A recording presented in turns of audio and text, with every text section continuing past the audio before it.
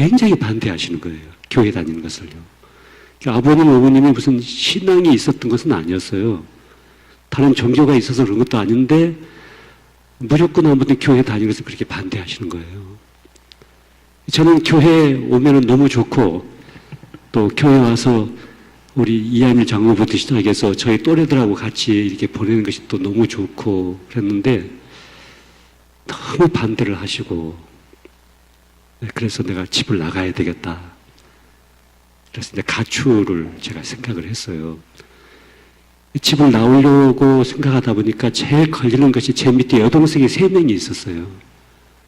그 3명의 여동생이 걸리는 거예요. 아버지, 어머니는 이제 가게를 하고 계시기 때문에 굉장히 바빴고, 제가 여동생 3명을 제가 전부 다 이제 챙겼던 거예요. 그런데 이 3명의 여동생이 자꾸 마음에 걸려도 난 집 나간다. 나 도저히 이런 아버지 밑에서 나 못 살겠다. 내가 교회 다니면서 뭘 잘못한 것이 있냐. 교회 가서 내가 효도 배웠고, 교회 가서 부모님에게 잘하는 거 배웠고, 교회 가서 다 내가 좋은 것만 배워가지고 이렇게 집을 위해서 이렇게 했는데 이건 안 되겠다 해서 집을 나왔어요, 제가요. 그때 우리 교회 이 옆에가 전부 다 공동묘지였어요, 이쪽에가. 전부 다 동산 교회가 있는 옆에 전부 다 공동묘지고 저쪽에 이제 수색 쪽이 저희 산에 올라가서 보면 이제 수색 쪽이 보였죠. 막상 집을 나와놓고 보니까 갈 데가 없어요. 왜냐면 제가 동네에서 껄렁껄렁하고 안 다녔거든요. 저는 이제 교회를 다니고 있었기 때문에 상당히 이제 모범생들과 같이 이렇게 보내다 보니까 막상 집을 나와서 가출을 했는데 갈 데가 없는 거예요. 그래서 제가 이제 교회 옆에 산 쪽으로 가다가 그 산 속에 보니까 이제 갈 데가 이렇게 있는 우리가 있어서 이제 그 안에서 이제 앉아 있었어요. 이렇게 앉아 있었어요. 집을 막상 나오고 갈 데는 없고 또 슬프고 그래서 이제 홀쭉홀쭉 울고 있었죠. 그 마침 그 길을 지나가던 우리 교회의 1년 선배 누나가 나를 봤어요. 근데 그 누나가 좀 예뻤어요. 그래서 내가 마음에 좀 좋아도 했어요. 그 누나를. 좋아도 하고 참 누나가 좋다. 근데 그 누나가 내가 이제 앉아서 울고 있는 것을 보고 와가지고 나를 딱 등을 두들기면서 왜 앉아서 울고 있냐 했더니 나 집 나왔다고 그랬어요. 그 누나가 한 얘기가 딱 등짝을 딱 하면서 야 바보야 주인이 집 나오는 법이 어디가 있냐 그래요. 주인이 집 나오는 법이 어디가 있냐. 너는 너의 가정의 주인인데 하나님이 너를 통해서 너의 가정을 구원시키려고 하는 계획을 갖고 계셨는데 주인이 어떻게 집을 나오냐. 어? 그러면서 저를 이제 얽어주면서 들어가라고 다시 들어가고 하나님이 너를 통해서 반드시 너의 모든 가족들을 다 구원하기를 원하신다. 나보다 1년 선배인데 그렇게 어른스럽게 나한테 얘기를 한 거예요. 내가 그 누나를 너무나 좋아하다 보니까 누나가 하는 말에 제가 그대로 순종을 또 했어요. 그래서 아침에 집 나와가지고 저녁에 들어갔어요. 네. 그때부터 저는 마음속에 우리 가정의 주인은 나다 하는 생각을 가졌어요. 내가 우리 가정의 주인이다. 우리 엄마 아빠가 아니라 나다 나. 하나님은 나를 통해서 반드시 우리 가정을 변화시키시고 우리 가정을 축복하실 것이다. 이렇게 생각을 하면서 이제 내가 주인이다 보니까 가정에 어떤 어려운 문제가 생겨도 다 내가 주인이니까 내가 책임을 져야 되는 거죠. 내가 끌어안고 가정에 문제가 생겨도 내가 기도를 좀 덜 해서 그랬나 보다 그런 생각 가지고 있었고 동생들에게 무슨 문제가 일어나도 내가 부족해서 그런가 보다 하고서 동생들 챙기고 이제 이렇게 생활을 하다 보니까 제가 가정의 정신적인 중심이 딱 돼버린 거예요. 그리고 언제부턴가 가정에 어려운 문제가 생기면 아버지 어머니가 제 의견을 물어보는 거예요. 너는 어떻게 생각하니? 그러면 제가 난 이렇게 생각해 하면 그럼 네 뜻대로 하자 하고서 자꾸 내가 이야기한 대로 부모님이 따라오기 시작하는 거예요. 그러다가 이제 어느 날은 부모님이 교회를 나오시기 이제 시작한 거예요. 그리고 예수를 믿고 이제 저희 가정이 더 이상 이제 가게를 할 필요가 없을 만큼 그 정도의 이제 그 물질을 아버님이 가지고 계셨던가 봐요. 그래서 여기에 그 집도 세 채가 있었어요. 집도 세 채가 있었는데 그것도 다 파시고 뭐 그 이전에도 이제 고향에다 땅을 많이 사놓으셨어요. 땅에 많이 사놓으시고 해가지고 더 이상 가게를 할 필요가 없겠다. 우리 고향으로 다시 돌아가서 살고 싶다. 저도 아이고 아버지 그렇게 하시라고 이제 아버지 이제 이런 하지 마시고 고향으로 가시라고 저도 이제 한술 더 떠가지고 막 그렇게 했죠. 그래서 여기 성호 살림을 다 정리를 하고 다시 이제 부모님이 고향으로 내려가신 거예요. 그래서 저는 이제 남아가지고 이제 이 교회에서 이제 신학교를 나중에 이제 가게 되고 이제 그런 과정들이 생겼는데 아버님도 집사님으로 세상을 떠나셨고 어머님은 권사님으로 세상을 떠나셨고 제 7남매 중에서 3남매가 목회자 가정이 됐어요. 제 밑에 여동생 2명이 목사 사모가 됐어요. 그리고 모든 형제들이 다 기독교인이 됐고 근데 이제 저희 집안이 너무 잘 된 거예요. 너무 잘 되고 형제들도 너무 잘 되고 저도 너무 잘 됐잖아요. 그렇죠 여러분요. 예? 저도 너무 잘 되고 그러니까 저희 이모님이 저희 어머니에게 늘 전화를 하실 때마다 동생아 너희 집은 왜 그렇게 잘 되냐 잘 되냐. 그러니까 이제 저희 이모님이 불교였어요. 불교도 보통 불교 신자가 아니라 집에다가 신주단지 딱 이렇게 차려놓고 늘 집에서 불경 드리는 그 정도의 독실한 불교 신자였어요. 그러니까 우리 어머니가 이모님에게 전화를 할 때마다 언니 우리 집은 예수 믿어서 그래. 예수 믿어서 그래. 늘 그렇게 이제 언니를 전도를 했는데 나중에 저희 이모님도 이제 90세가 훨씬 넘어서 세상을 떠나셨는데 나도 동생 따라 가야 되겠다. 근데 이모님 댁은 굉장히 옛날에 부잣집이었어요. 옛날 저희 고향에 살 때는 우리 집하고 상대가 안 될 만큼 굉장히 큰 부잣집이고 이모님 집은 형제가 4명이에요. 그럼 4명 전체가 다 원수가 돼 있는 것만 서로 형제가 돼 갈등이 심해가지고 서로 왕래도 안 하고 근데 저희 집은 7남매가 너무 오손도손 잘 살고 형제들끼리 서로 돌아보고 너무 좋거든요. 나중에 이모님이 어느 날 우리 어머니에게 전화하셔가지고 동생아 나도 동생 따라가야 되겠다. 그러면서 나를 불러서 조카 좀 보내가지고 우리 집안에 있는 모든 불상단지 다 좀 치워주게 좀 해라. 내가 가가지고 그 집에 있는 불상과 관계된 모든 거 다 치웠어요. 교회 목사, 그 지역에 이제 동네 목사님만 불러가지고 다 쓸어내고, 그리고서 이제 저희 이모님이 교회는 못 나가셨어요. 왜냐면 다리가 너무나 불편하셔서 걷지를 못하셨기 때문에 못 나가셨죠. 마지막은 늘 그 동네 저희 교회 목사님이 다니시면서 그 이모님에게 말씀도 전하고 기도도 하고 해서 그렇게 믿음 가운데 저희 이모님이 마지막은 세상을 떠나셨어요. 저도 이제 가출해본 경험이 있잖아요. 하루지만은. 근데 자녀들이요, 잘못할 수 있어요. 자녀들이 부모 속도 썩히고 부모에게 아픔도 주고 또 부모는 자식에 대한 배신감도 느낄 수가 있고 그렇게 많이 잘못할 수 있지만은 자녀들이 마지막까지 하지 말아야 될 일이 꼭 한 가지가 있어요. 다른 것은 다 괜찮아요. 점수도 못 받아오고 또 부모님이 거짓말도 좀 하고 또 뭐 이것도 하고 저것도 할 수 있는데 이것만은 하지 말아야 될 것이 있는데 그게 뭐냐면 집은 나가지 말아야 되는 거예요. 아무리 잘못했어도 집은 나가지 말아야 돼요. 그러면 그 자식이 다시 돌아오게 돼 있어요. 그 자식은 반드시 가정 안에서 새롭게 살아갈 수 있어요. 근데 집을 나가버리면 그 자식은 이제는 더 이상 그 자식의 미래를 보장시킬 수가 없는 거예요. 그래서 뭘 잘못해도 다 좋다. 근데 집만은 나가지 마라. 맞으면서도 집만은 나가지 말고 끝까지 집 안에만 있으면은 가족들의 보호 속에서 그 자녀가 조금은 곁길에 나갔을지라도 다시 돌아오고 정상적인 삶으로 회복할 수가 있거든요. 우리 크리스찬들이요, 교회를 다니면서 조금만 힘들고 어려우면 교회는 안 나가야 되겠다. 그리고 교회를 안 나오는 사람들이 있는 거예요. 아무리 힘들고 어려워도 교회에는 와야 되거든요. 그냥 교회가 내 아버지 집이잖아요. 이 집만은 떠나지 말아야 되는데 이 집을 떠나가지고 혼자 호홀 돌아다니면 자유로울 것 같죠? 나 교회 묶이지도 않고 교회 직분도 없고 나 교회 안 다니고 말이야. 예수 안 믿으면 세상에서 뭐 양심도 비양심적으로 살 수도 있고 막 그렇게 할 수 있는 것 같은데 그게 결코 자유로운 것이 아니고 결코 행복한 게 아니거든요. 그래서 우리가 신앙생활하고 교회생활하면서 힘들고 이러면 예수 믿고 신앙생활 한다고 해서 모든 것이 전부 다 팔자가 굳자로 펴지는 게 아니잖아요. 날마다 무슨 뻥뻥 길 뚫리는 게 아니잖아요.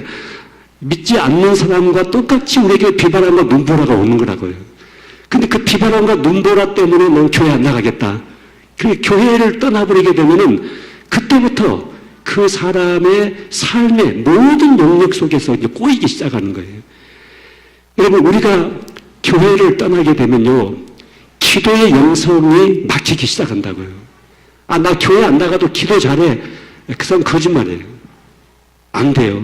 교회를 나가지 않기 시작하고 교회가 멀어지기 시작하면요, 기도의 영성이 마르기 시작하거든요. 근데 기도가 안 되기 시작하면요, 내 인생의 기도의 골방에 불이 꺼지면 내 인생의 모든 길이 깜깜해지기 시작한다고요. 그래서 정말 하나님이 원하시는 방향으로 내가 움직여지는 것이 아니라 하나님이 원하지 않는 세상적인 방법으로, 세상적인 길로 자꾸 내가 흘러가게 되거든요. 그래서 우리가 어떤 상황 속에 있든지 교회만은 떠나지 말아야 된다. 여러분과 나의 운명은요, 이게 교회를 떠나서 살 수 없는 운명이 됐어요. 그렇죠, 여러분요? 거기 아멘 하십니까? 여러분, 우리가 무슨 일이 있어도 교회를 떠나서 살 수가 없다고요. 저희 교회에 예배 시간에 좋은 분이 계셔요. 설교 시간에. 근데 저는 목회 15년 동안을 하면서 설교 시간에 좋은 분 치고 교회를 떠난 케이스가 한 케이스도 없어요. 한 케이스도 없어요. 절대 교회를 그분들은 안 떠나는 거예요. 설교 시간에 좋은 기만 해도 은혜를 받는 거예요. 그래서 교회를 끝까지 지키는 거예요. 근데 설교 시간에요, 막 노트 들고 목사님 설교만 받아 쓰면서 나중에 읽지도 않을 것을 막 받아 쓰면서 말이죠. 그러면서 오늘 설교 어디가 틀렸는지, 언제 써먹은 영화를 또 써먹고 있는지 막 이거 따지는 사람 있잖아요. 그런 사람들이 교회를 떠나더라고요. 그래서 저희 교회에서는 제가 우리 성도들 약속을 했어요. 내가 설교를 하다가 갑자기 설교가 조용해지면 우리 교회에 지금 좋은 사람이 있다는 것을 여러분이 인지를 해달라. 왜냐면 그 사람 잠을 좀 푹 자고 가게 조용하게 내가 설교를 하겠다. 응? 잠만 푹 자고 가도 은혜를 받고, 얼마나 세상살이가 힘들고 피곤해졌으면, 얼마나 신경이 민감하고 신경이 예민해졌으면 그랬겠느냐. 잠을 못 잤는데 교회 오니까 이제 아버지 집에, 아버지 품에 딱 안기다 보니까 눈치 볼 사람도 없고, 이제 긴장이 풀어지고 뇌세포가 휴식에 들어가기 시작하고, 그러니까 잠이 슬슬 오는 것이다. 그러니까 누가 옆에 예배 기간에 좋은 사람이 있으면 뿌슉 소리도 내지 말자. 잠 푹 자고 가자. 그러면 은혜를 받는다. 그래서 저희 교회에서는 제가 설교 시간에 좋은 분들이 있어요. 그럼 제가 조용조용히 설교해요. 깨지 않으려고. 잠 푹 자고 갈 수 있게끔. 여러분, 하나님은 사랑하는 자에게 잠을 주신다. 그렇게 말씀을 하셨잖아요. 이 잠을 깊이 자야만이 사람 몸에서 성장 호르몬이 분비가 되거든요. 그러니까 이 생명의 에너지가 우리가 잠잘 때 만들어지는 거거든요. 우리 안에서. 잠을 깊이 자야 되거든요. 그래서 이 잠 못 이루는 밤을 보내보지 못하신 분은 불면증이 얼마나 무서운지 잘 모르실 거예요. 여러분들 중에 이렇게 누웠다면 딱 주무신 분 계시죠?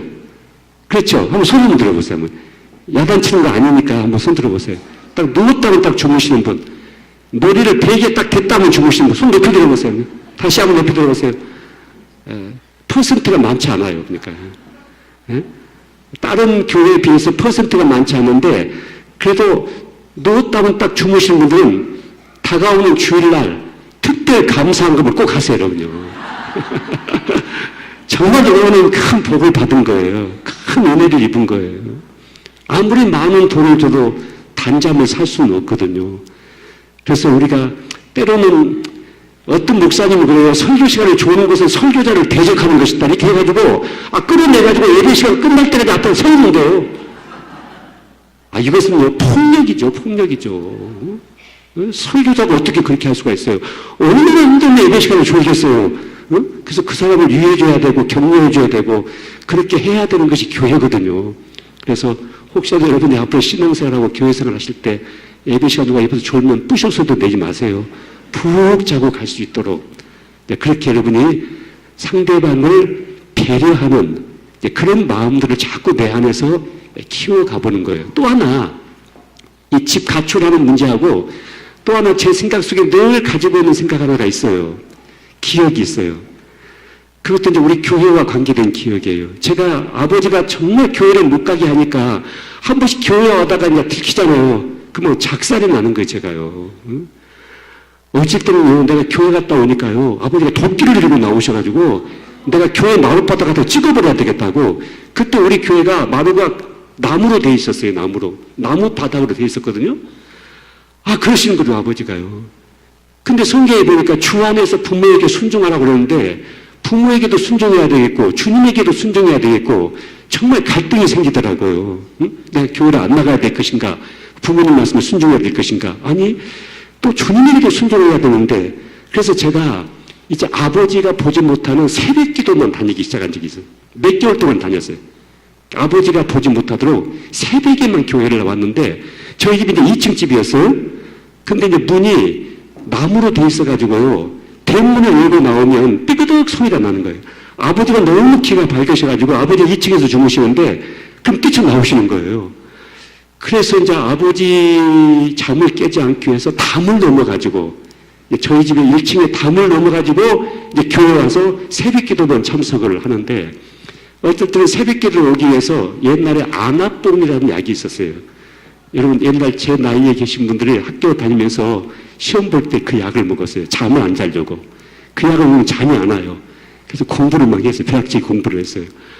그 약을 먹고 새벽에 종소리가 올 때까지 기다릴 때도 있었어요. 그럼 내가 새벽 기도를 갔다 와야 되겠다. 어느 날은 새벽에 제가 잠을 안 자고 공부를 하다가 이제 교회 종소리가 울렸어요. 옛날에 이제 차인배를 교회에서 새벽에 이제 울려줬었어요.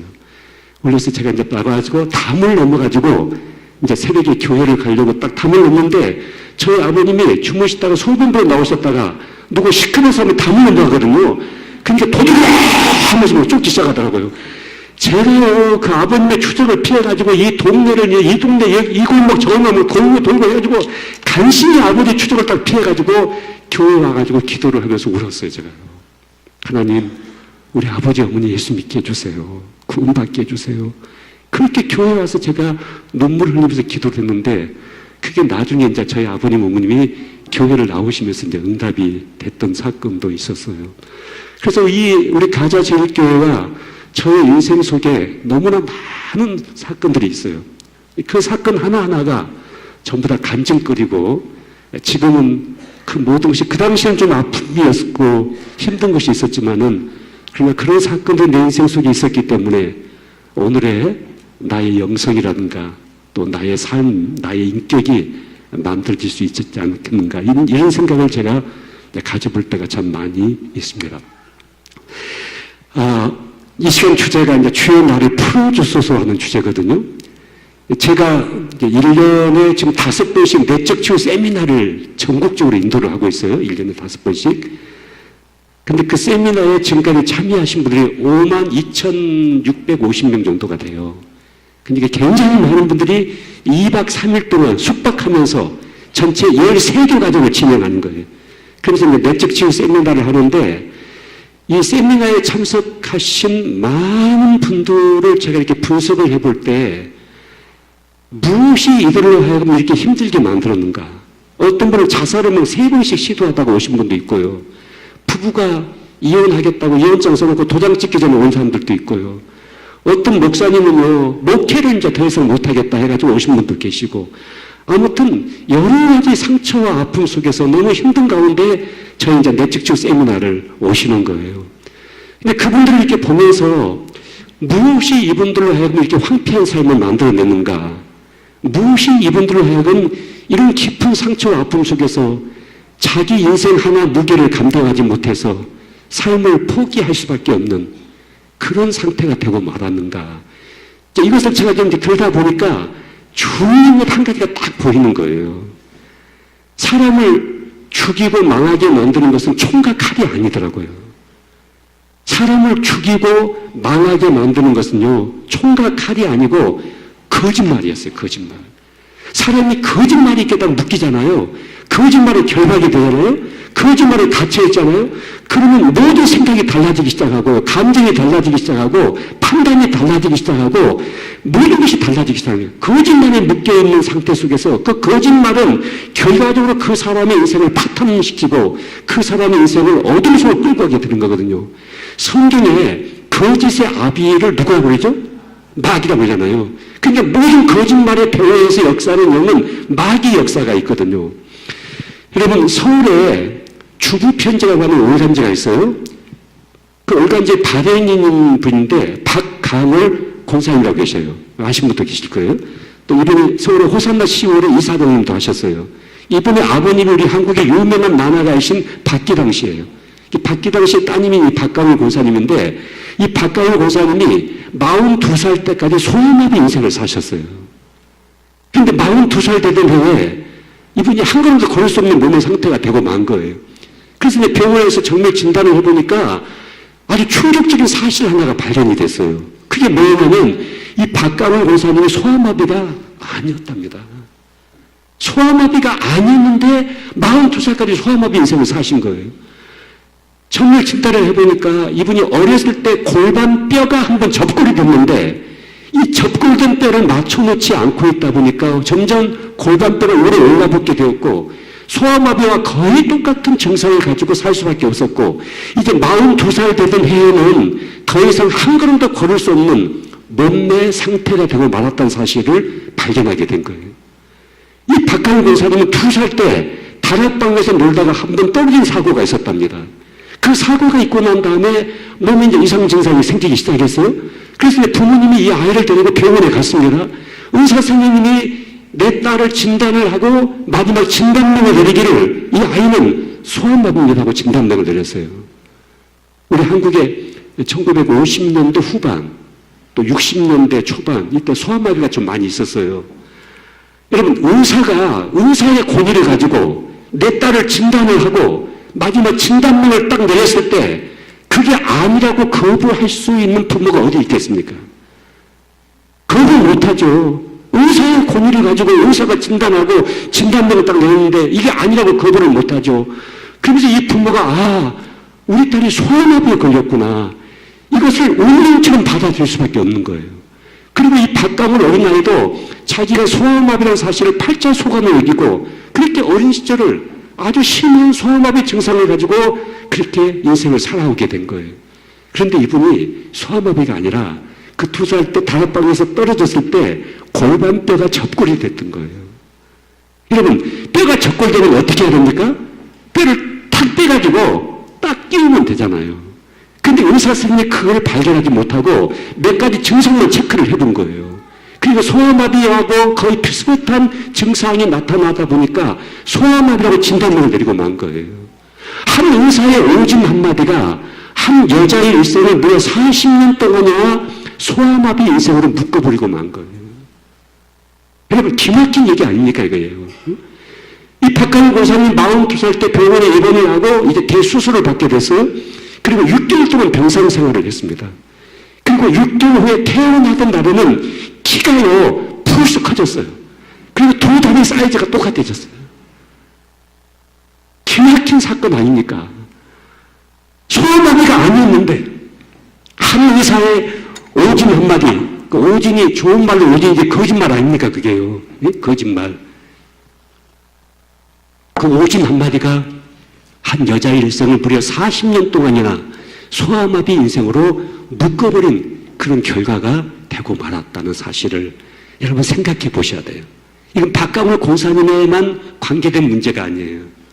여러분과 저에게도 똑같이 관계되는 문제예요.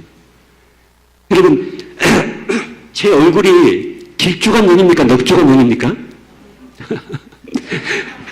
제 어렸을 때 별명이 넓쭉이었어요.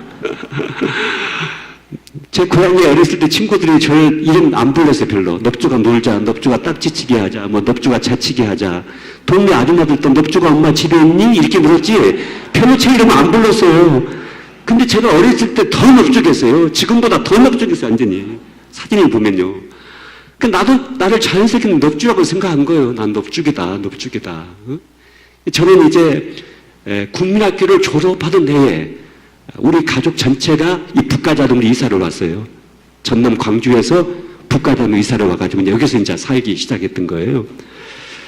나도 나를 이제 넙죽이라고 생각을 했고 자연스럽게 넙죽이다, 넙죽이다, 넙죽이. 그게 이제 애칭으로 불릴 수도 있지만은 자연스러운 내 이제 별명이 넙죽이가 된 거예요.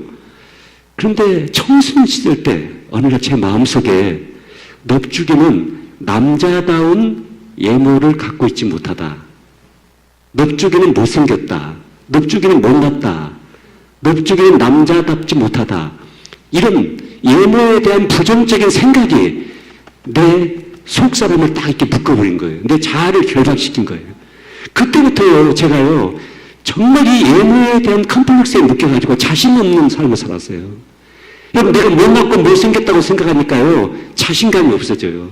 사람 많은 곳에 가고 싶지가 않아요. 학교에서 공부할 때도요, 선생님하고 눈 마주칠까봐 늘 고개 숙이고 공부를 했어요. 눈 마주치면 뭘 시킬까봐. 그게 두려운 거예요. 여러분, 우리 여기 이한일 장로님도 계시고 제 친구들도 이게 있습니다만은 제가 여기 살 때, 청년 때 연애 한 번 못했어요, 제가요. 예. 남들은 연애도 하고 다니고 막 그러는데 친구들도 나는 전혀 거기에 대해서 자신감이 없었어요. 그 나중에 제가 결혼도 못했어요. 30이 넘도록 결혼도 못했어요, 제가요. 근데 CCC 간사를 이제 정상적으로 하려면은 결혼을 해야 되는, 가정이 있어야만이 CCC 간사 생활을 정상적으로 할 수가 있는 거예요. 왜냐하면 이 자매들을 케어를 해야 되는데, 총각 간사가 이 자매를 케어를 못 하는 거예요. 옛날에는 대학교 3학년, 4학년만 되면 이미 결혼 정년기가 돼가지고 결혼들만 하는데, 이 총각인 사람이 이렇게 케어를 못 하는 거예요. 반드시 가정을 가져야 되는 거예요. 그 나이가 이제 30이 넘어가지고 제가 이제 청주 CCC 대표가 돼가지고 청주로 내려갔는데, 결혼하게 해달라고 기도했어요. 금식 기도까지만 했어요, 하나님 앞에. 근데 하나님 이제 간신히 구제를 해주셨어요. 그래서 제가 이제 결혼했어요. 그래서 제가 저희 장모님하고 저희 아내에게 제 외모를 객관적으로 평가를 받아봤어요, 제가요. 내가 어떤 외모를 가지고 있는가. 그랬더니 제가 굉장히 괜찮은 외모를 가지고 있는 거예요. 여러분, 제가 지금 나이가요, 이게 지금 65세가 내가 넘었잖아요. 지금 이 나이에 이 정도의 외모도 괜찮잖아요? 여러분, 어떠세요? 저를 처음 보신 분들, 괜찮죠, 여러분요? 지금도 이렇게 괜찮은데, 여러분, 20, 30대는 얼마나 더 좋았겠습니까, 여러분요? 청년 때는 얼마나 더 좋았겠습니까? 그런 외모를 가지고 있으면서도 나는 못생겼다, 나는 못났다, 나는 넙죽이다, 난 남자답지 못하다, 이 거짓된 생각에 내가 딱 붙게 있다 보니까 그렇게 자신감 없는 젊은 날을 제가 보내게 됐어요. 저희 여기 북가가동에 제가 마음이 가는 자매들도 있었어요. 우리 교회도 있었는데 한 번도 제가 프로포즈를 해본 적이 없어요. 예, 한 번도. 왜냐면 자신감이 없기 때문에 나는 못났고 못생겼다, 난 남자는 매력이 없다, 이런 생각에 묶여 있다 보니까 만약에 그때 누군가가 내 외모를 정확하게 판단을 해가지고 너 굉장히 괜찮은 외모를 가지고 있다 한다면은 내가 목사가 안 됐을지도 몰라요. 예, 내가 제2의 안성기가 되든지 아니면 내가 뭐가 되든지 했지 그렇게 안 됐을지도 몰라요, 제가요. 예? 저희 CCC 총재 되신 목사님이 저를 보고 자꾸 안성기라고 불러요. 자꾸 주목사는 꼭 안성기처럼 생겼다고 이미지가 자꾸 그러는데 그분이 이제 좋은 이미지를 갖고 있어 그럴지 몰라도 그런 거짓말이 우리 인생을 황폐하게 만든다고요. 근데 여러분 안에 거짓말이 여러분 속사람을 결박하고 있는 것들이 있어요. 어떤 거짓말이 나를 지금까지 끌고 오고 있는가를 여러분 생각을 해보셔야 돼요. 우리는 어머니 태중원에 있을 때부터 많은 권위자들을 만났어요. 특별히 우리 육신의 아버지 어머니가 가장 강력한 권위자예요. 그 육신의 아버지 어머니가 나에 대해서 뭐라고 말을 했는가를 생각해 보세요. 뭐라고 나에 대해서 말을 했는가.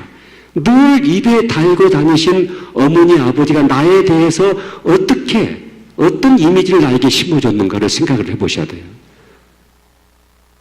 너는 재수없는 아이다.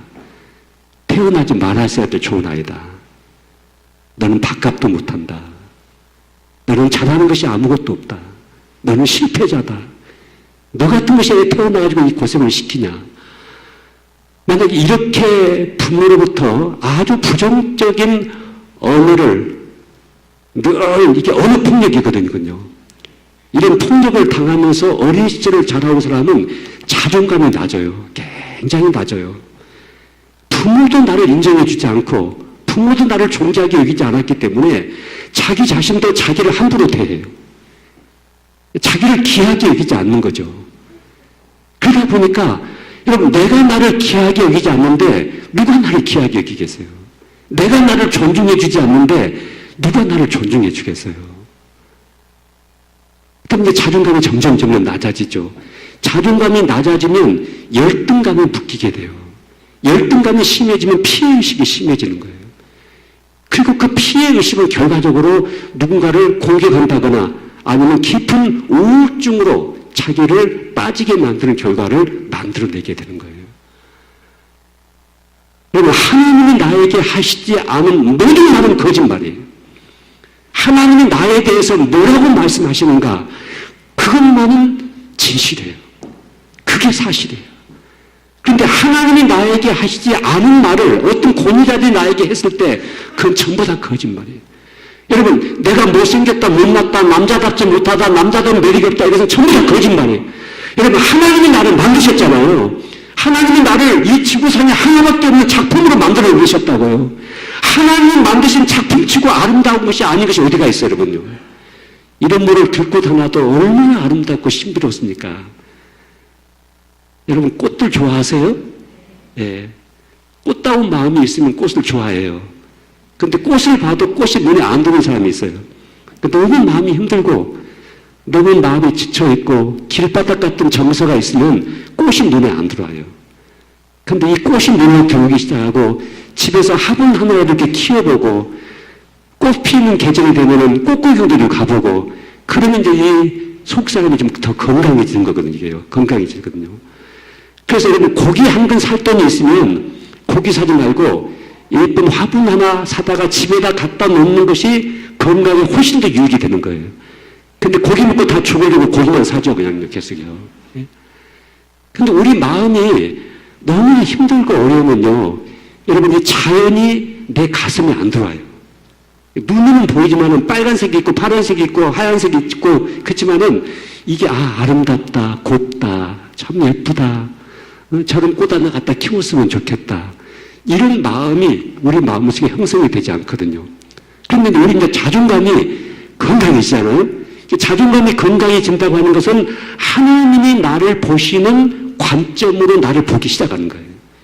예수님의 십자가를 통해서 나를 보기 시작하는 거예요. 성경 말씀을 통해서 나를 보기 시작하는 거예요. 그러면 나라는 존재의 가치가 하나님이 보시는 존재의 가치가 자꾸 높아지기 시작하는 거예요. 그러면 자존감이 계속해서 건강해지기 시작하는 거예요. 사람마다 자기에 대한 셀프 이미지가 있고 아이덴티티가 있거든요.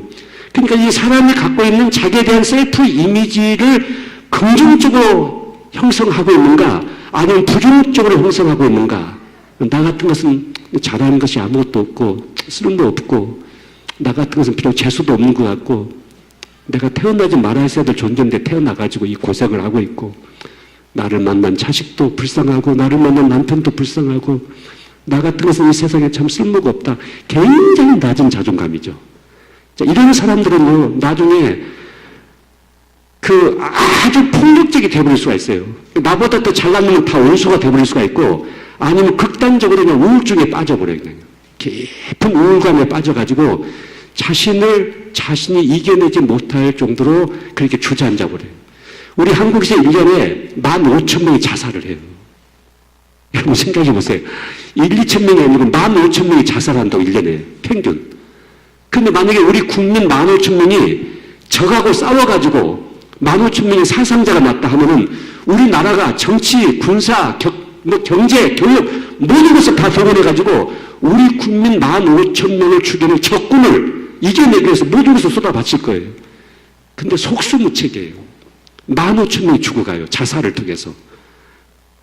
엊그제도 김무사령관이 또 자살했다고 또 어제도 그 뉴스가 그렇게 나오던데 여러분 적어도 우리나라에 김무사령관까지 하신 분인데 그분이 또 자살을 또 해버린 거예요. 물론 얼마나 마음이 힘들면 자살을 하겠습니까? 그런데 자살할 때 유서를 써놓고 자살하는 사람은 우울증이 아니에요. 그 사람은 자기가 지금 당하는 상황과 환경을 도저히 자기가 이겨낼 수가 없는 거예요.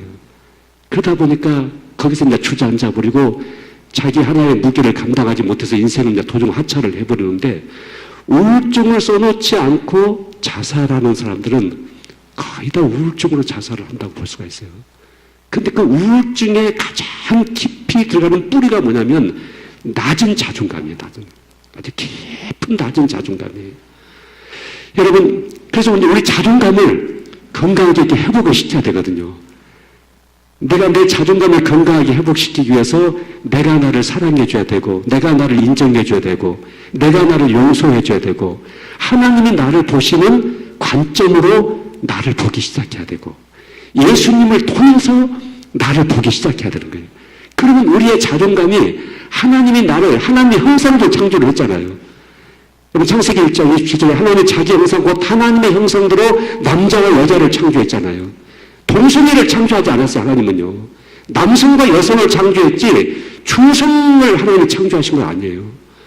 그리고 시편 139편에 보시면 주께서 내 장부를 지으시며 내 어머니 모태 안에서 나를 조직하셨나이다. 나를 지으시니 신묘막측하십니다. 하나님이 나를 만드신 거거든요. 하나님의 작품이라고요, 제가요. 이 지구상에 하나밖에 없는 하나님의 작품. 여러분, 모든 물질의 가치는 희귀성에 있는 거거든요. 여러분, 지금 혹시 여러분 손에 보석 끼고 오신 분들 계시죠? 근데 그 보석이라고 하는 것이요, 전혀 쓸모가 없는 거예요. 그 돌멩이거든요. 배고플 때 먹을 수 있는 것도 아니고, 목마를 때 마실 수 있는 것도 아니고, 쓸모없는 것을 손가락 하나 끼고 다니면서 그걸 막 보여주기 위해서 한다고요. 혹시 끼고 오신 분 있으면 버리고 가세요. 아무 쓸모가 없는 거예요, 그거요. 전혀 생명과 관계가 없는 문제. 근데 거기에 이제 사람들이 목을 매달고, 근데 얘기는 그 돌이 희귀하다 보니까 거기다가 사람들이 가치를 부여해가지고 보석값을 이렇게 높여놓은 거예요. 여러분, 희귀성의 가치가 있는 거거든요. 그러면 이 지구상에 있는 수십억의 사람들 속에 주서택이라는 사람은 몇 명 있어요? 몇 개가 있어요? 나 하나밖에 없다고요, 여러분요. 여러분이 오늘 보통 사람을 만난 게 아니에요, 여러분요.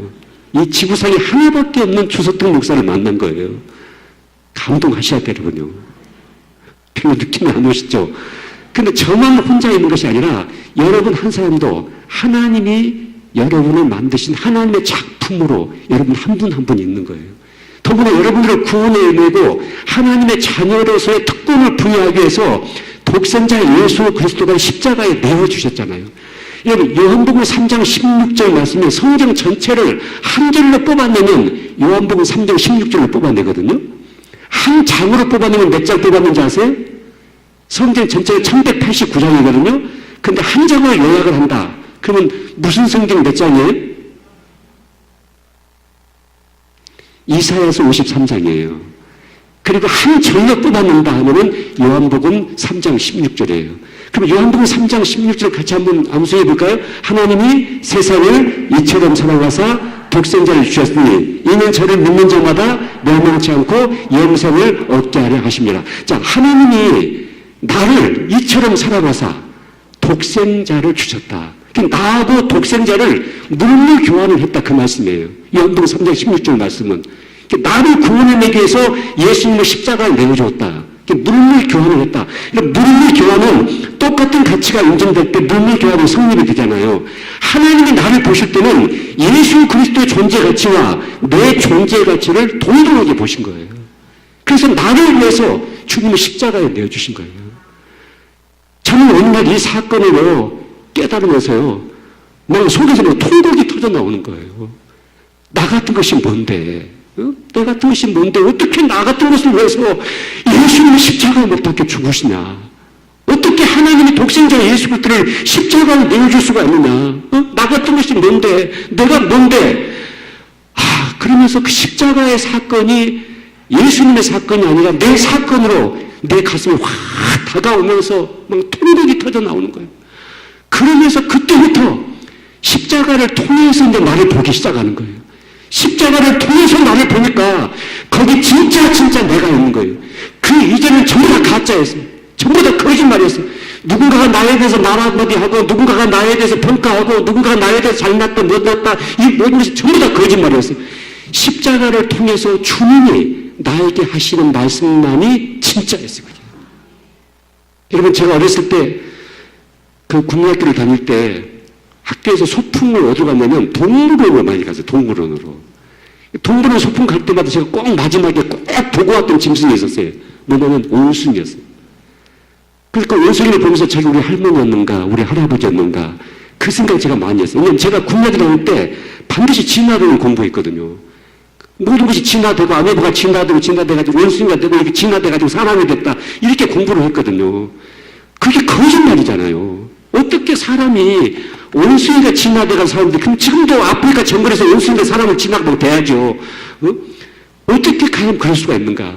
우리는 이런 거짓말을 묶여가지고 살고 있었다고요. 우연하게 내가 이 땅에 태어났다. 우연하게 우리 만났다. 우연하게 내가 이 교회에 왔다. 여러분, 성경에는요, 66권 전체 속에 우연이라는 단어가 삐짓고 들어갈 틈이 없을 만큼 성경 전체가 하나님의 섭리예요.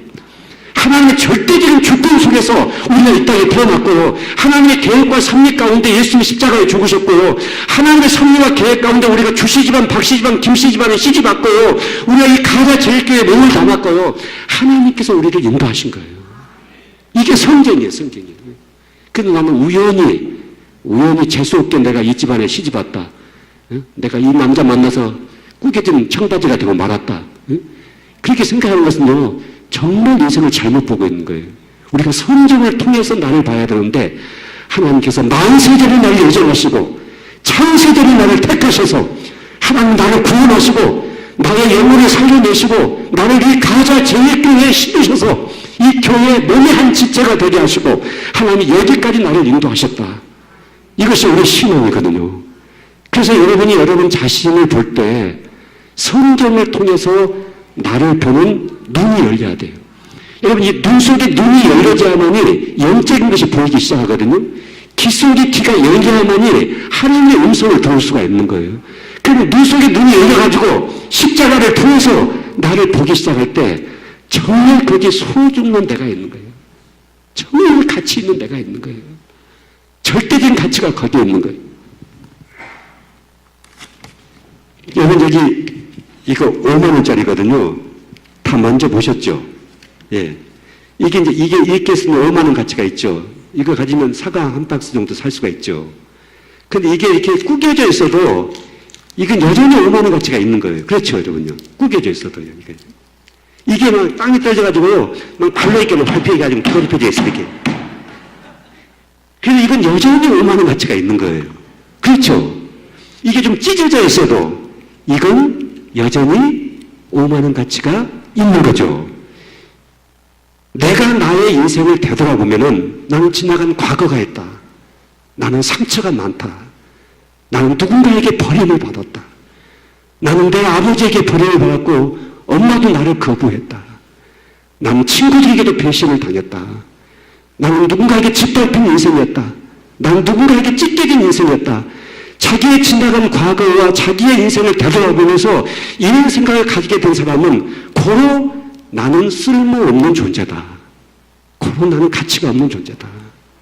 아버지도 나를 버렸는데 나도 나를 마음껏 버리고 엄마도 나를 거부했는데 나도 나를 거부하고 그렇게 하다 보니까 그 인생 전체가 하나님의 형상이 깨지기 시작하는 거예요. 여러분, 비록 내가 아무리 밟히고 꾸겨진 인생이고 더럽혀진 인생이고 과거가 있는 인생이고 누군가에게 찢겨진 인생이라 할지라도 하나님이 나를 보실 때는 내 존재 가치가 하나도 바뀌지 않았어요. 온 우주에 나 하나밖에 없는 것처럼 하나님이 내가 너를 인하여 기쁨을 이기지 못한다. 이렇게 말씀하시거든요. 여러분 말씀이 마음에 다가오세요? 예? 여러분 자신을 함부로 대했던 거예요. 이건 하나님을 대적한 거예요. 나는 하나님의 형상도 창조된 하나님의 거룩한 성전이라고 그러잖아요. 성전이라고. 여러분, 내가 내 몸을 함부로 학대하는 거 이것도 하나님을 대적하는 무서운 죄악이에요. 여러분, 부부 싸움을 해도 밥은 줘야 돼요.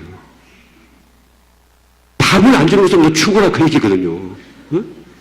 사람이 밥을 먹어가지고 이게 에너지를 충족시켜서 생명을 이어가는데 밥을 안 먹인다는 얘기는 너 죽어라 그 얘기와 똑같거든요. 그러니까 부부 싸움을 해도 밥은 먹여줘야 되거든요. 근데 밥도 안 먹이고 말이죠. 나를 학대하고 나를 자학하고 나를 미워하고 나를 용서하지 않고 내가 나에 대해서 화가 나 있고 그것은요 하나님을 대적하는 무서운 죄악이에요. 여러분이 그 결박에서 풀어놔야 되는 거예요. 그래서 이제 여러분 자신을 여러분이 볼 때, 정말 귀하다, 너무 소중하다. 여러분, 하나님께서 우리를 만드셔서 하나님의 작품으로 이렇게 만드셨는데, 여러분이 거울에다가 여러분 얼굴을 이렇게 딱 비춰보세요. 저도 요즘 가끔가다 거울에 보면 우리 아버지 얼굴이 자꾸 보여요. 예, 예. 그런데 이제 어쩔 수 없죠. 이제 세월이 흘러가는데, 이제 우리 아버지 얼굴이 보일 수밖에 없죠. 제 얼굴 속에. 그런데 괜찮아요, 여러분요. 왜냐면 사람이 죽을 때 죽어야만이 삶이 의미가 있는 거거든요. 죽음이 뒷받침하니까 삶이 의미가 있는 거예요. 사람이 만약에 안 죽는다고 생각해 보세요. 여러분, 안 죽고 200년, 300년 산다고 생각해 보세요. 얼마나 징그럽습니까, 여러분요? 얼마나 무섭습니까? 사람이 갈 때 가야 되는 거거든요. 그런데 성경이 이렇게 말씀했어요. 우리의 몸은 날마다 후패하나 속 사람은 날로 새롭도다, 이렇게 말씀했어요. 여러분, 콩깍지가 세월과 시간이 흘러가면 자꾸 콩깍지가 바래지죠. 낡아지죠. 그러나 그 콩깍지 속에 들어있는 콩 알맹이는 더 단단해진다고요. 우리의 몸은 시간이 흘러가면 자꾸 이제 후퇴하는 거예요. 후퇴하고 낡아지고 이것저것 고장도 나고 말이죠. 오래 쓰다 보니까 60년, 70년 쓰다 보면 자꾸 이것저것 고장이 나죠. 그렇지만 내 속에 있는 영혼, 내 속사람은 날로 새로워지는 거예요. 그래서 이 죽음이라고 하는 것이 뒷받침을 하고 있기 때문에 오늘 내가 살아있다는 사실이 아주 중요한데, 살아있는 하나님의 자녀들이 거울을 볼 때마다 하나님은 나를 예물을 창조하시고 나를 하나님의 자녀로 창조하시고 하나님의 거룩한 성전으로 나를 만드셨다. 자, 이런 생각을 늘 가지면서 나를 바라보면 내가 늙어가도 곱고 예쁘고 소중하고 가치가 있고, 그래서 저는요, 저를 대접하기 위해서 여러 가지 해요, 제가요. 나를 대접을 보고 싶어가지고. 어쩔 때는 굉장히 고급 음식점을 갈 때도 있어요. 사람들과 같이 가면 돈이 많이 드니까 혼자 가요, 그냥. 근데 요즘은 또 1인분도 안 해줘요. 다 음식점, 고급 음식점 2인분 이상을 다 주문해야 돼. 그러면 2인분 주세요. 내가 나머지 싸갖고 할 테니까 2인분 주세요. 그래서 앉아가지고 제일 비싼 음식을 오다를 해보는 거예요. 그럼 내가 나에게 말하는 거예요. 이 집 분위기 괜찮지? 저 주방에 요리사도 인상도 괜찮고 사람이 음식도 잘 만들겠지. 응? 이 집 음식도 좋겠지. 그렇게 나에게 얘기를 하다가 음식이 나오면 맛있게 먹고 나머지는 싸갖고 올 때가 있고, 한 번은요, 제가 이제 CCC 간사를 하고 있을 때인데요, 서울 CCC 본부에서 큰 상처를 받았어요, 제가요. CCC도 이제 제가 CCC 총무를 했어요. 총무할 때 직원이 700명 정도 됐었어요. CCC도 조직이다 보니까 그 안에서는 여러 가지 일들이 이제 생기는 거예요. 사람들이 많이 있는 곳이다 보니까 생기는데, 한 번은 서울 본부에서 내가 큰 상처를 받고 나니까, 그때 제가 이제 청주 CCC 대표였는데 청주로 갈 수 있는 기가 빠져버린 거예요. 사람이 기가 빠져버리면 주저앉아 버려요. 그냥 턱 주저앉아가지고 걸어갈 수 있는 어떤 힘이 없는 거예요.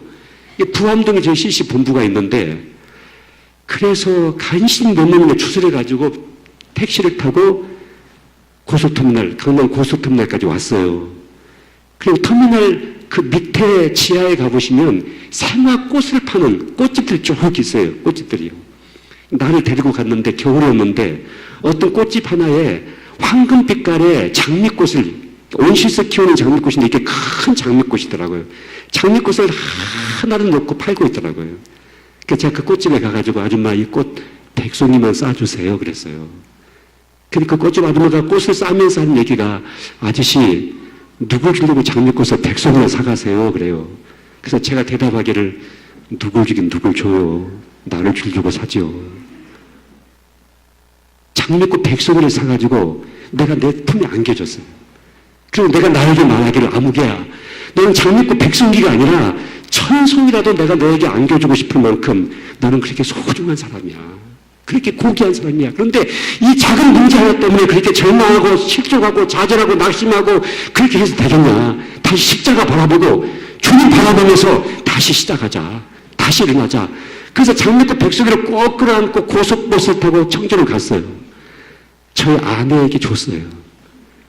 나를 위해서 섰단 말 안 했어요. 우리 아내는 완전히 해피한 거예요, 그냥요. 그냥, 남편이 장미꽃 100송이를 사다가 주니까요. 너무 좋아하는 거예요. 저는 저를 위해서 많은 꽃을 샀어요. 많은 나무를 심었어요. 지금 대전에 저희가 내책주 센터가 있는데요. 수천 그루의 나무를 갖다 심었어요. 천상의 정원으로 만들었어요. 우리 여기 계신 장로님들, 옛날에 고사님들도 좀 왔다 한번 가보셨습니다만은 더 아름답게 만들었어요.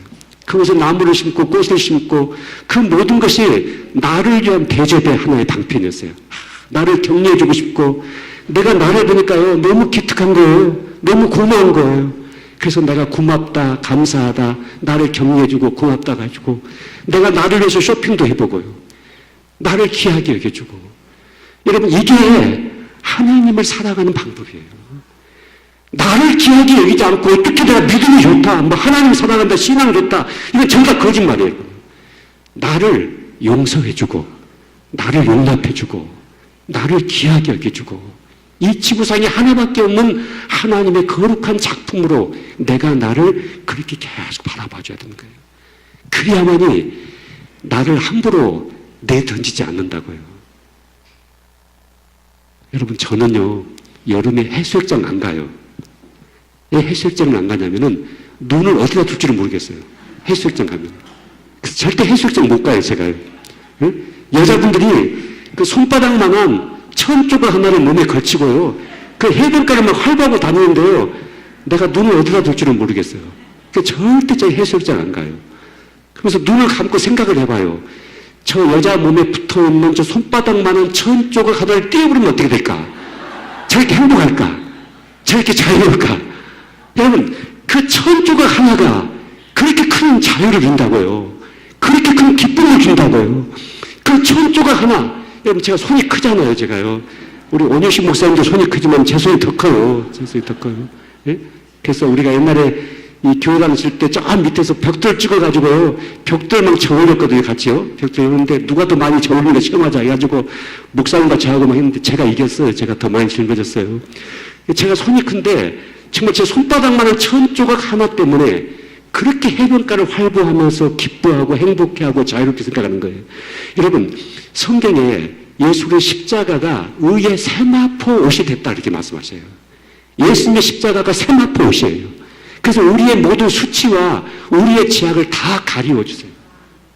여러분 얼마나 그래서 우리가 진리를 알진 진리가 너희가 자유케 된다 이 말씀은 예수 우리가 완벽해서가 아니라 우리가 죄가 있고 실수가 있고 허물이 있고 나의 약점이 있음에도 불구하고 예수 그리스도의 십자가 내 의가 됐기 때문에 그 십자가의 의를 세마포옷을 입고 있는 우리가 주 안에서 자유함을 누리고 주 안에서 기뻐하고 주 안에서 행복하고 주 안에서 우리의 삶을 아름답게 펼쳐나가게 되는 거예요. 그래서 우리가 자유로운 거거든요. 자 여기서 주어진 계속된 여러분에게 말씀드리는 것이 자존감이에요. 자존감. 이 자존감을 건강하게 풀어내야 된다. 그리하면 여러분이 나와의 관계가 건강해지고 나와 나와의 관계가 건강해져야만이 하나님과의 관계도 건강해져요. 나에 대해서 기분 나쁘게 생각해보세요. 교회 안 오고 싶어요. 응? 교회 안 다니고 싶어요. 내가 나에 대해서 뭐 실망을 해버리잖아요. 이 낯짝 가지고 내가 어떻게 교회를 가냐 말이지. 그렇게 교회를 안 해버리는 거예요. 교회하고 멀어지면 하나님과 멀어지기 시작하고 인생이 이제 파탄 나기 시작하는 거거든요. 그래서 내가 나에 대해서 소중하게, 굉장히 소중하게 생각을 하면서 어떻게 하면 내가 나를 대접할 수가 있을까? 나를 고귀하게 여길 수가 있을까? 내 남편이 나를 어떻게 대하든 상관이 없어요. 응? 그 사람이 할 일이고 나는 아무리 남편이 나를 구박한다 하더라도 나를 소중하게 여겨주면서 좋은 것도 좀 나에게 먹여주기도 하고 좋은 옷도 좀 입혀주기도 하고 여기 우리 어머니들 아직까지 물론 생머리도 좋지만은 미장원을 안 다니시는 분도 계실 거예요. 그렇게 하지 마세요. 그게 절대 절약하는 게 아니에요. 미장원 가셔서 머리도 손질하시고 마사지도 좀 받아보시고 이게 절대 낭비하는 게 아니라니까요. 그렇게 하셔요. 그렇게 하면은 여러분 병원비가 적게 들어가요. 여러분의 자존감이 건강해지면 자연히 몸이 건강해질 수밖에 없어요. 이게 이제 몸의 건강이 이게 연결되는 거예요. 벌써 성경에 영혼이 잘된 같이 범사가 잘 되고 강건해지기를 원한다고 하는 이 기도의 제목이 어떻게 적용이 되냐면요. 이렇게 되는 거예요. 사람은 생각만 해도 내분비 호르몬 작용이 달라지기 시작하는 거예요. 여러분 한번 생각해 보시겠습니까? 지금 자 자두 하나를 먹어야 되겠다고 생각해 보세요. 지금 자두 하나 먹어야 되겠다. 한번 생각만 해보세요. 그냥요. 어때요? 뭐 침이만 흘러나오죠. 보세요. 금방 내분비 호르몬 작용이 바뀌어지면서 이 자두를 소화시키기 위해서 침이만 흘러나오기 시작한다고요. 보세요. 생각만 해도 우리 몸의 내분비 호르몬 작용이 달라지기 시작하거든요. 근데 여러분 엔돌핀 같은 호르몬들이 많이 몸에서 분비가 되면은 우리 몸의 T세포, P세포, NK 면역세포, 이 면역체계가 강화가 된다고요. 근데 면역체계가 강화가 되면은 우리가 어떤 질병에 노출됐을지라도 어떤 바이러스에 노출됐을지라도 그 모든 질병을 이겨버릴 수 있는 힘을 갖게 되거든요. 그런데 면역체계가 약하게 돼버리잖아요. 다운이 돼버리면은 우리가 그 질병에서 이겨낼 수 있는 힘이 없는 거예요. 그래서 우리가 암으로 쓰러지기도 하고 심혈관 쓰러지기도 하고 여러 가지 질병에 쓰러지게 되거든요. 자, 그런데 특별히 이 면역체계를 강화시킬 수 있는 유일한 방법이 뭐냐면 우리 몸에서 좋은 호르몬들이 분비가 돼야 되는 거예요. 세라토닌 호르몬이라든가 엔도르핀 호르몬이라든가 이런 호르몬들이 좋은 호르몬들이 많이 분비가 되면은 자연히 면역체계가 강화가 되는 거예요. 그럼 자연히 우리 몸이 건강해질 수밖에 없는 거예요. 그런데 여러분 우리가 기분 나쁘게 생각하고 오남매증 감정에 묶여있고 누군가에게 보복하고 싶어하는 마음이 있고 그렇게 되면은 우리 몸에서 아드레날린 같은 호르몬들이 많이 분비가 돼요.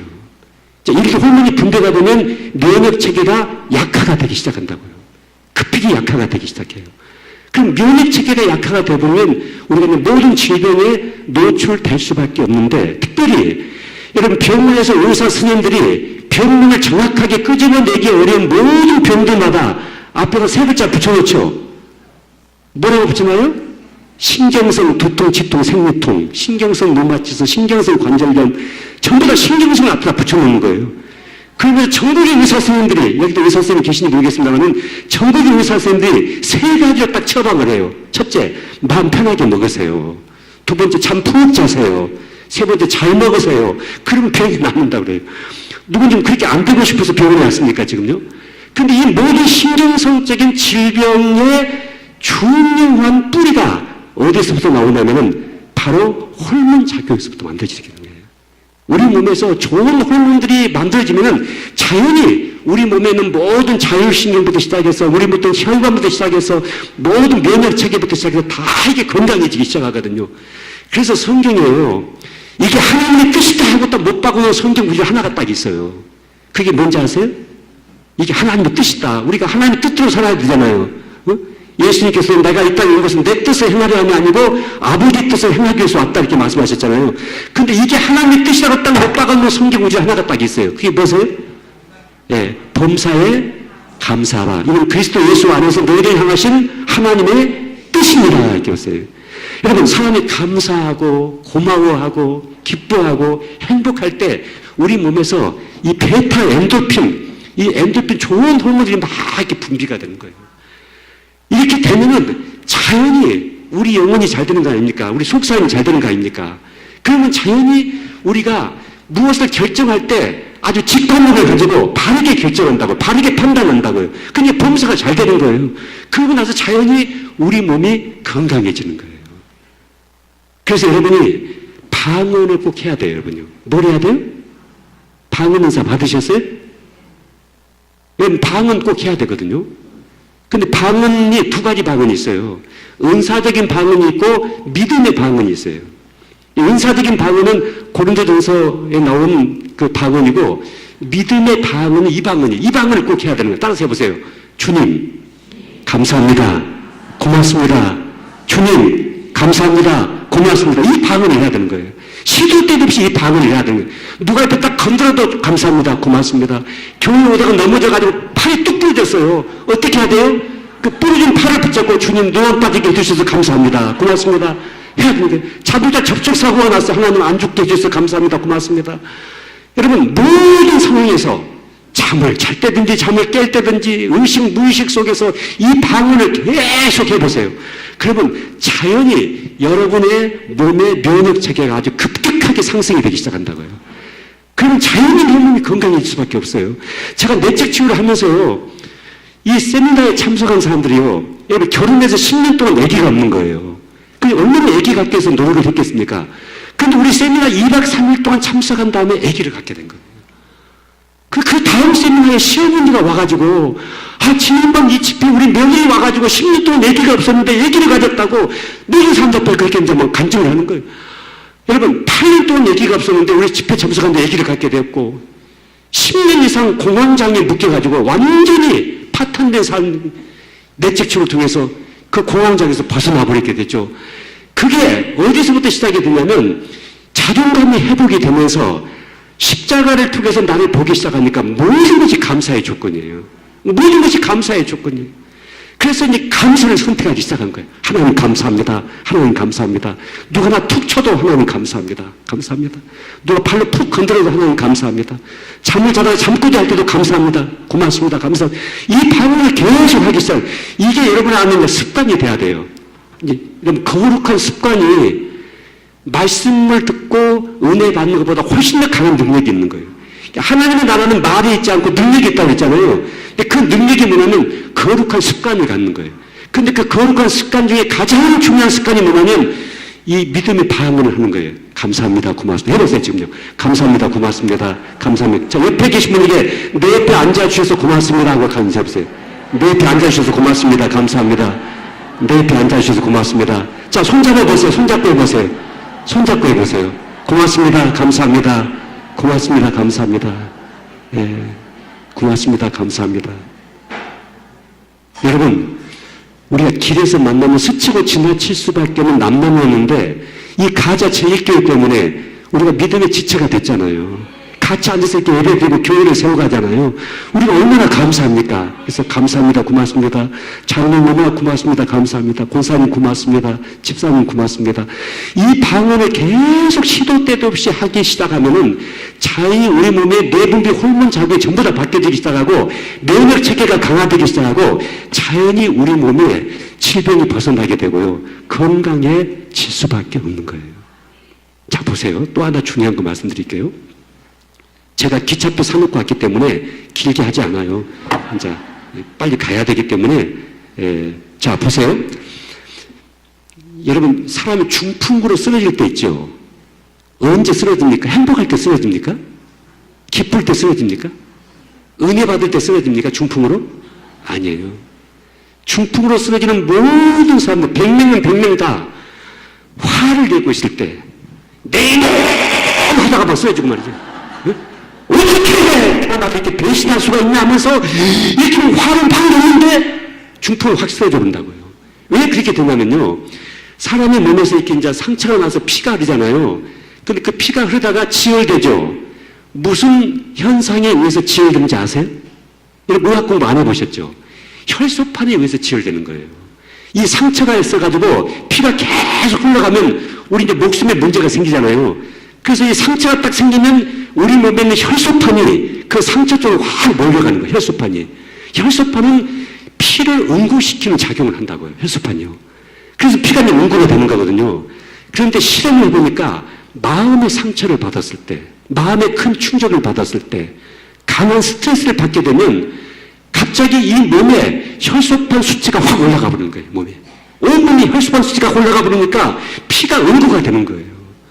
피가 응고가 되니까 평상시는 그 혈관을 뚫고 다녔는데 갑자기 피가 응고가 되버리니까 그 피가 그 혈관을 뚫지 못하고 막힌다고요. 막히면 혈액과리가 생기잖아요. 그 혈액과리가 뇌에서 터지면 뇌출이 되고 장에서 터지면 장출이 되고 위에서 터지면 유출이 된다고요. 그래서 성경이 무슨 말씀인지 아십니까? 심령의 근심은 뼈를 마르게 하거니와. 뼈가 마른다는 얘기가 뭐예요? 피가 마른다는 얘기예요. 왜냐면 우리 몸의 모든 피를 어디서 만듭니까? 뼈에서 만들죠. 뼈에서. 그러니까 뼈가 마른다는 얘기는 피가 마른다는 얘기인데 심령의 근심은 피를 마르게 하거니와 마음의 즐거움은 양약이니라. 여러분 잠언서 읽어보세요. 이 말씀이 얼마나 반복적으로 나오는지. 심령의 근심은 뼈를 썩게 하거니와 마음의 즐거움은 양약이다. 이런 말씀이 성경 속에 많이 있는데 얼마나 과학적인지 몰라요. 여러분 정말 마음을 너무나 힘들게 가지고 있으면, 너무 강한 스트레스를 이겨내지 못하고 있으면 우리 몸에 혈소판 수치가 올라가 버리는 거예요. 그래서 혈액순환에 문제가 생기기 시작하는 거예요. 여러분, 혈액순환에 문제가 생기기 시작하면 이 혈액이 필요할 때 잘 공급이 돼가지고 산소도 공급하고 영양분도 공급하고 우리 몸의 모든 세포에 다 그렇게 돼야 되거든요. 근데 이 혈액순환에 문제가 생기게 되면 거기서부터 이제 질병이 만들어지기 시작하고 혈액순환에 문제가 생기면 그래서 이제 중풍으로 쓰러진 사람들이요. 갑자기 큰 충격을 받잖아요. 스트레스 받잖아요. 그러면 몸에서 갑자기 혈수분 수치가 확 올라가 버리는 거예요. 그러니까 피가 응고가 되어버리는 거거든. 내 몸에서. 그러다 보니까 피가 막혀가지고 중풍으로 팍팍 쓰러지는 거예요. 그래서 내가 살아남기 위해서라도 이 스트레스를 관리하는 방법을 여러분이 안에서 잘 익숙하게 훈련을 해야 돼요. 여러분, 화내는 거 절대 유익한 게 아니에요. 어떤 상황 속에서도 물론 화를 낼 수 있죠. 여러분, 사람이 이 감정이 건강한 사람은요, 화가 나고 싶을 때 화도 낼 줄 알고, 또 슬플 때 울 줄도 알고 그래야지 이 정서가 건강한 거거든요. 근데 화도 거룩하게 화를 내야 돼요, 여러분. 거룩하게. 얼굴 막 찡그리면서 막 죽이려고 살림하면서 화를 내면요, 상대방이 죽는 것이 아니고 내가 먼저 죽는다니까요. 내가 쓰러진다니까요. 내가 그 독에 내가 이미 넘어가기 시작하는 거예요. 그래서 내가 살기 위해서라도 여러분 오남 맺힌 감정이 있죠. 누군가를 용서하지 못하고 있는 마음이 있죠. 누군가를 내 마음에서 풀어주지 못하고 있는 마음이 있죠. 그러면 누가 먼저 쓰러지냐면 상대방이 쓰러지는 것이 아니고 내가 먼저 쓰러진다니까요. 내가 먼저 주저앉게 되고 내가 병들게 되고 내가 쓰러지고 그래서 성경에 온수를 네가 갚지 말고 그 온수 갚는 것은 나에게 넘기고 내가 갚을 테니까 나에게 맡기고 너는 그 온수를 뭐라 했죠? 용서하라, 사랑하라 이렇게 말합니다. 이게요, 우리 건강과 직결이 되는 거예요. 우리 삶의 풍성한 삶과 직결이 되는 거예요. 그래서 내가 온수를 갚으려고 생각을 하고 있으면 그 사람은 잠 못 자는 거예요, 그 사람은요. 여러분, 막 원하는 게 맺힌 감정이 내가 이렇게 딱 갇혀 있잖아요? 그러면 눈만 감아도 그놈의 생각이 나는 거예요. 수도꼭지에 물 틀어놓은 것처럼요, 막 생각이 흘러가면서 그놈 교통사고 안 죽나, 밥 먹다가 체해서 안 죽나, 어떻게 안 죽나, 어떻게 안 망하나, 막 이 생각이 뭐 꼬리를 누르고 막 흘러가는 거예요. 그러다 보니까 하룻밤 잠을 못 자고 하얗게 밤을 새는 거예요. 그게 이틀 밤 되고 3일 밤 되면 불면증을 짙어져 가기 시작하는 거예요. 그럼 사람 죽어가게 되거든요. 그래서 성경에 네가 살기 위해서라도 너는 온수를 용서를 해야 된다. 그 온수를 가슴에 품고 있지 말고 풀어버려야 된다. 그 결박에서 네가 자유해진다. 그렇게 성경이 이제 말씀을 하고 있는 것이에요. 그러니까 여러분 마음속에 혹시라도 여러분 가족들 중에 섭섭한 감정을 내 안에 만들어 놓은 사람들 있잖아요. 꼴도 보기 싫고 말이죠. 밥맛도 없고. 그런 사람들 있잖아요. 그런 마음을 가지고 있으면 소화가 안 돼요, 먼저. 그리고 밥을 먹어도 영양분이 내 몸에 정상적으로 흡수가 안 된다고요. 영양분이요. 결과적으로 점점 그렇게 되면 나중에 신경성적인 질병에 빠지게 되고요. 그게 점점 증상이 더 강화되기 시작하면 나중에 내가 이제 쓰러지게 되거든요. 여러분, 황성주 박사 아시죠? 황성주 생식이라고 들어보셨죠? 또 황성주 박사가 내가 이제 서울서 CC 간사를 할 때 학생이었어요. 서울대학교 학생이었어요. 근데 이분이 몇 년 전에 이제 저희 교회 한번 제가 불러가지고 집회를 했어요. 이분 책을 한 권 들고 왔어요. 그 책 제목이 뭐냐면 암은 없다는 책이었어요. 이분이 의대 교수고 암 전문이거든요. 황성주 박사가. 그래서 그 암 환자들을 케어하다 보니까 생식을 만든 게 된 거예요. 이분이 생식 가지고 그냥 큰 회사를 이렇게 만들게 됐죠. 근데 암은 없다는 책을 갖고 왔어요. 그래서 내가 물어서 황 박사, 이 암이 없다는 얘기가 무슨 얘기요? 했더니, 아이고, 목사님, 암세포가 없는 사람이 어디가 있습니까? 건강한 사람 몸에서 하루에 300개에서 500개 이상의 암세포가 만들어집니다. 그래요. 여러분 몸에서 날마다 암세포가 300개에서 500개 이상 만들어진답니다. 근데 그 모든 암세포를 우리 몸에 있는 면역세포가 다 죽이게 됩니다. 특별히 이 NK 면역세포, 이게 일명 살인세포라 불리는데 이 NK 면역세포는 이 암세포만을 전문적으로 죽이는 면역세포랍니다. 이게요. 근데 이 면역체계가 강화가 되어버리면 어떤 암세포가 내 안에 만들어진다 해도 절대 암은 없다. 그런 관점에서 제가 이 책을 썼습니다. 그러더라고요. 이건 맞는 얘기죠?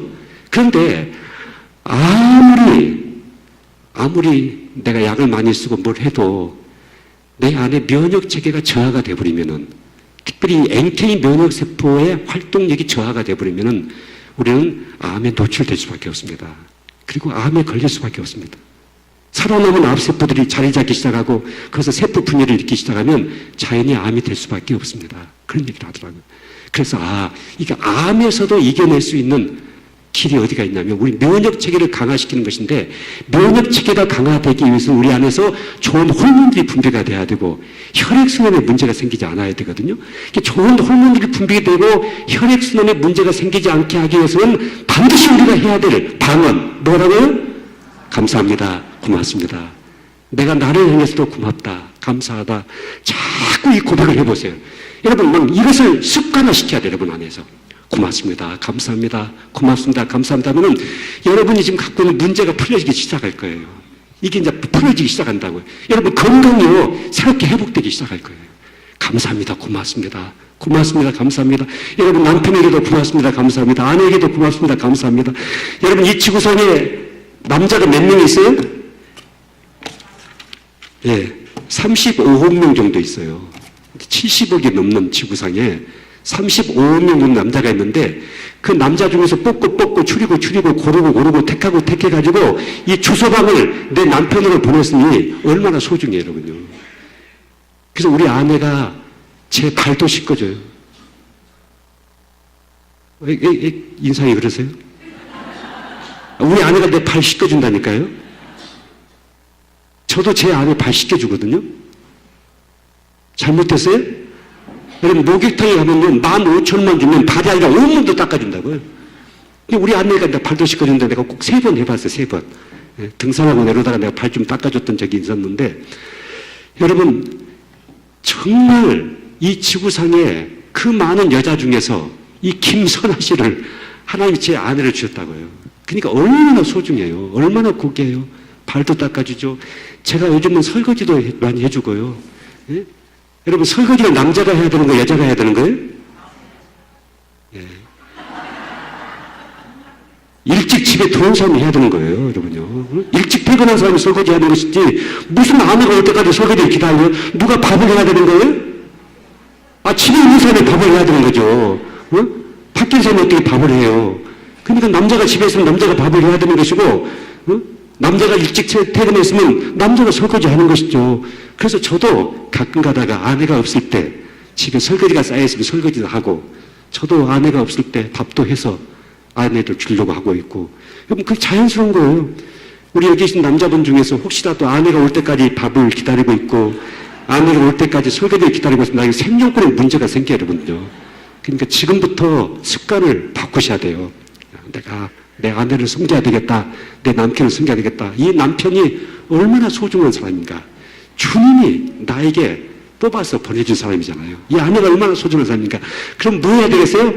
볼 때마다 감사합니다. 고맙습니다. 감사합니다. 고맙습니다. 자, 해보세요. 감사합니다. 고맙습니다. 감사합니다. 고맙습니다. 감사합니다. 고맙습니다. 감사합니다. 고맙습니다. 고맙습니다. 감사합니다. 고맙습니다. 여러분, 이 교회를 끝까지 이렇게 지켜주시고 세워주셔서 정말 고맙습니다. 여러분, 이 지구상의 가자 제일교회는 하나가 있어요. 그리고 저의 온 생애가 이 교회에 담겨져 있는 교회예요. 나라는 한 사람이 만들어지기까지 이 가자 제일교회가 했던 역할은 엄청나게 커요. 근데 이 교회를 여러분이 이렇게 건강하게 세워주시고 지켜주시고 또 함께 해주셔서 너무나 감사합니다. 정말 고맙습니다. 고맙습니다. 감사합니다.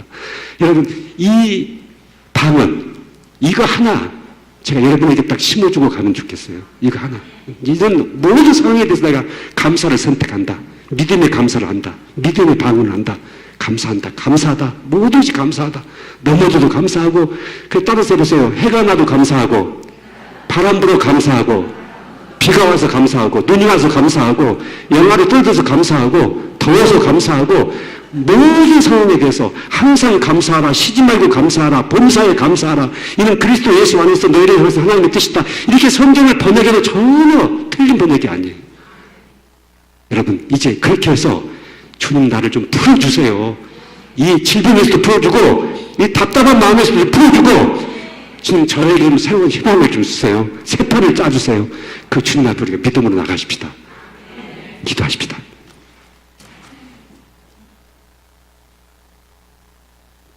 아버지 하나님, 사랑하는 우리 가자 제일교회 성도들 한 분 한 분,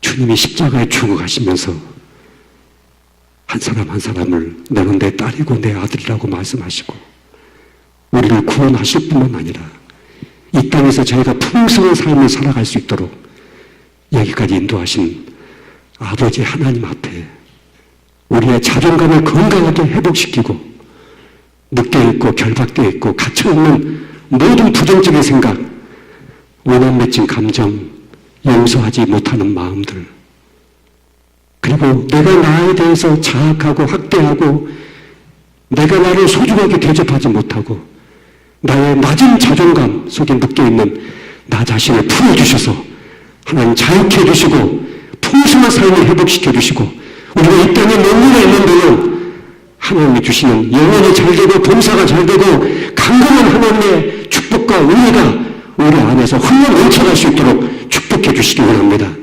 우리 가자 제일교회를 주님 이 땅에 세워주시고 피로 값주고 세우신 이 교회를 지금까지 인도해 주신 것을 감사합니다. 우리 온 성도들이 감사하고 감사하면서 이 교회를 세워가고 몸된 이 교회를 지켜가고 이 교회를 통해서 이루신 하나님의 꿈을 함께 이뤄갈 수 있도록 축복해 주시기 원합니다. 예수 그리스도 이름으로 기도하옵나이다. 아멘.